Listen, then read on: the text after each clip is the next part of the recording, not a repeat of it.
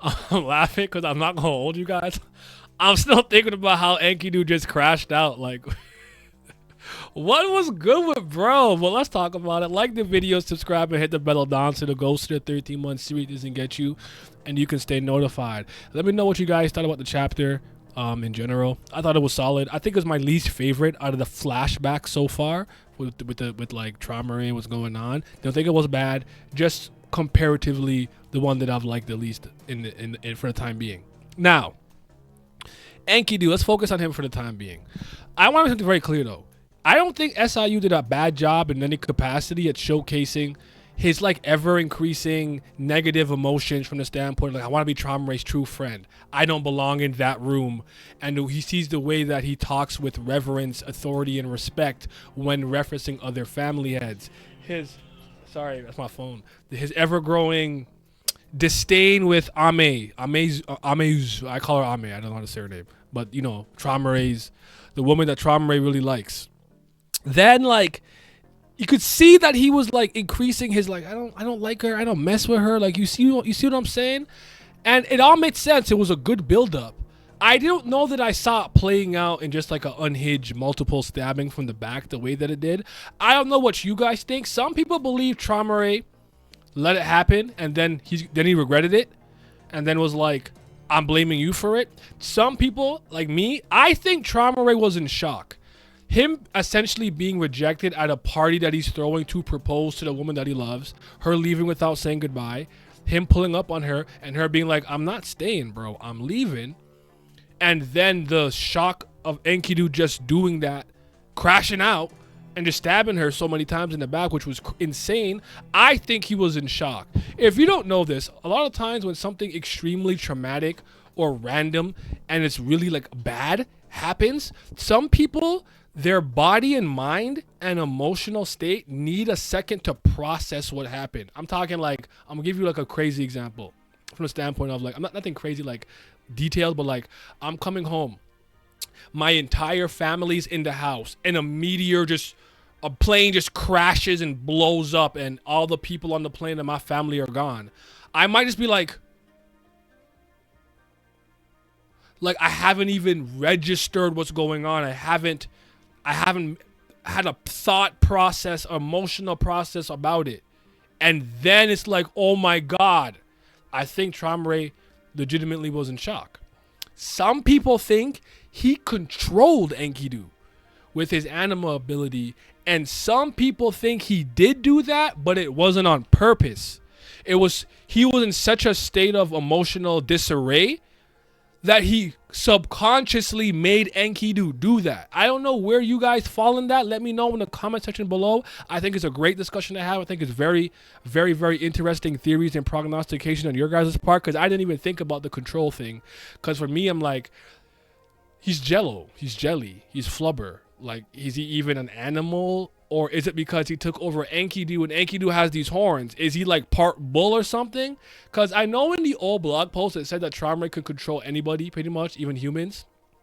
But it seemed like we've done some retroactive continuity. It's not the case anymore. So the Beastkins actually having animal DNA to some degree inside of them is what makes them is what makes them controllable to someone like Trauma Ray. Keep that in mind. But I'm just like,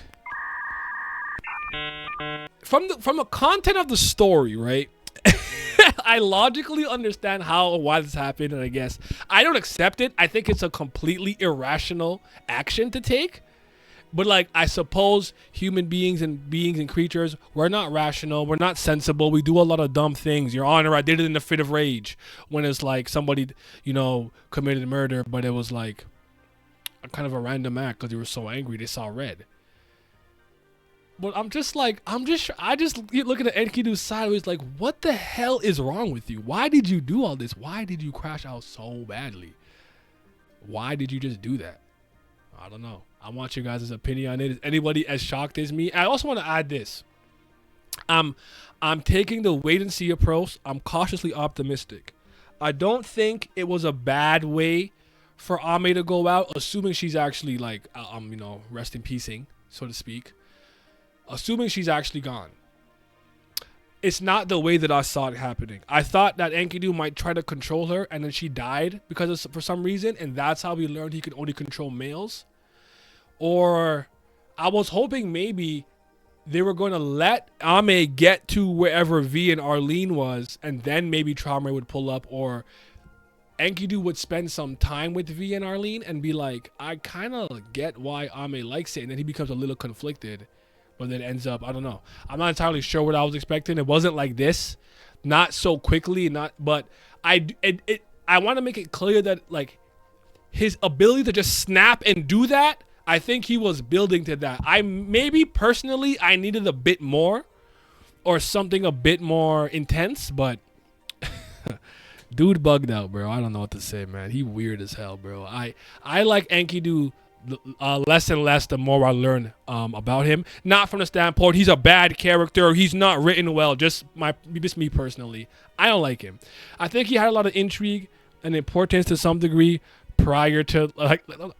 Why am I saying to some degree? He's still important. Like he's inside of Bellaria's body. That's not my point. My point is just that I really think that like something's wrong with him, and I don't mess with him.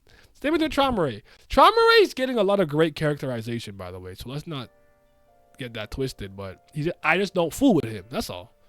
He's good. He's great in his own right. I don't know about the zoophilicness and the bestiality, but that's his thing. But with that being said, I'm going to leave it here. I'm not going to ramble any longer than I wanted to. I just want to talk about Enkidu's crash out and me being like, oh my God, that is unhinged. Bro, what's going on? Like, I'll leave it at that.